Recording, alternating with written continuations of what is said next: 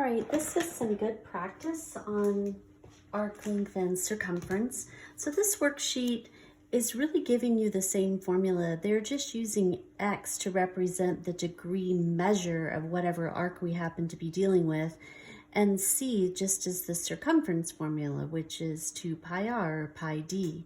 So the way I wrote the formula in our notes was that the arc length is equal to the arc measure over 360 times the circumference. So this really is, they're interchangeable. The formulas are one and the same. Okay, so we want to find the length of the arc to the nearest hundredth. So we're looking for this arc here. We can see that it's minor because it's less than 180. But in order to find the arc length, the length of the arc, that's going to equal the arc measure out of 360 times our circumference, 2 times pi times 6. So just simplifying a little bit, I have 107 over 360 times 12 pi, and 12 does go into 360 30 times. So in the numerator, we have 107 times pi over 30, and then we can go ahead and type that in and round to the nearest hundredth. So 107 times pi divided by 30. And we end up with 11 and 21 hundredths. And it'd be meters since our units were given. Okay, all right, next question. This is also a minor arc. It's only 38 degrees. So to find the length of the arc, that's going to be the arc measure out of 360 times 2 times pi times our radius. So first of all, 38 3/60ths, we can reduce that fraction. That reduces down to 19 1/80ths. We just cut them both in half, times 30 pi. And again, 30 goes into 180 6 times. So we have 19 times pi over 6 times 1. Now let's go ahead and type that in, 19 times pi divided by 6. And we end up with 9 and 95 hundredths, and the units were inches. All right, number 3. So we're trying to find the arc in bold. We've been given the degree measure of this minor arc, right? But this is a major arc. So we'll do 360 minus the 142, and we know that this major arc measure is 218. And we want to find the length of that arc. So we're going to do 218 over 360 times 2 times pi times our radius of 4. 218 over 3/60ths reduces down to 109 over 180.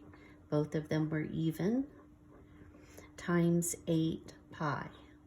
Okay, all right, so 180 is not divisible by 8, but it is divisible by 4. So 4 goes into 8 twice, 4 goes into 180 45 times. Just cleaning it up if you ever have to leave your answer exact. This is a good habit. So 109 times 2, we're going to have 218 pi over 45. And now we can go ahead and simplify that. Times pi divided by 45, not rounding until the bitter end. It's going to round to the 22 hundredths. And the units in this problem were centimeters.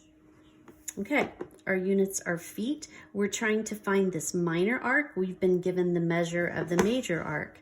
So once again, subtracting that from 360, this is 72 degrees.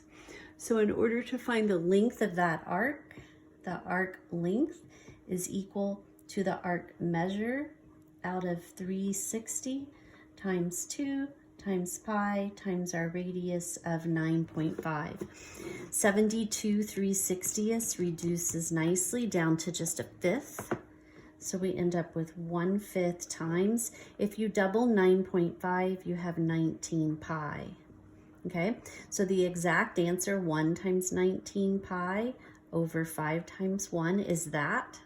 but now we can round. 19 times pi divided by 5, 11 and 94 hundredths feet.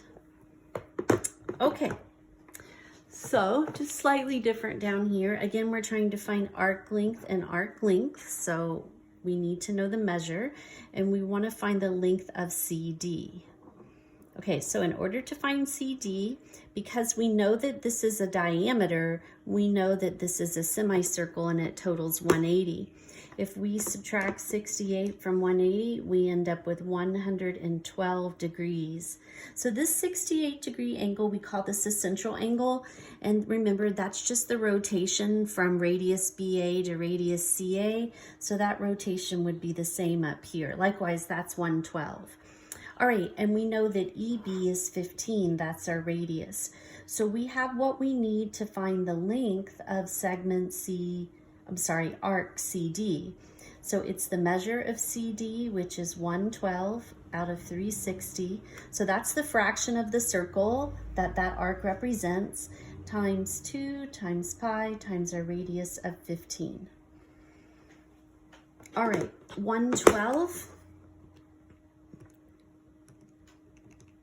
over 360 reduces down to 14/45, and that's getting multiplied by 30 pi.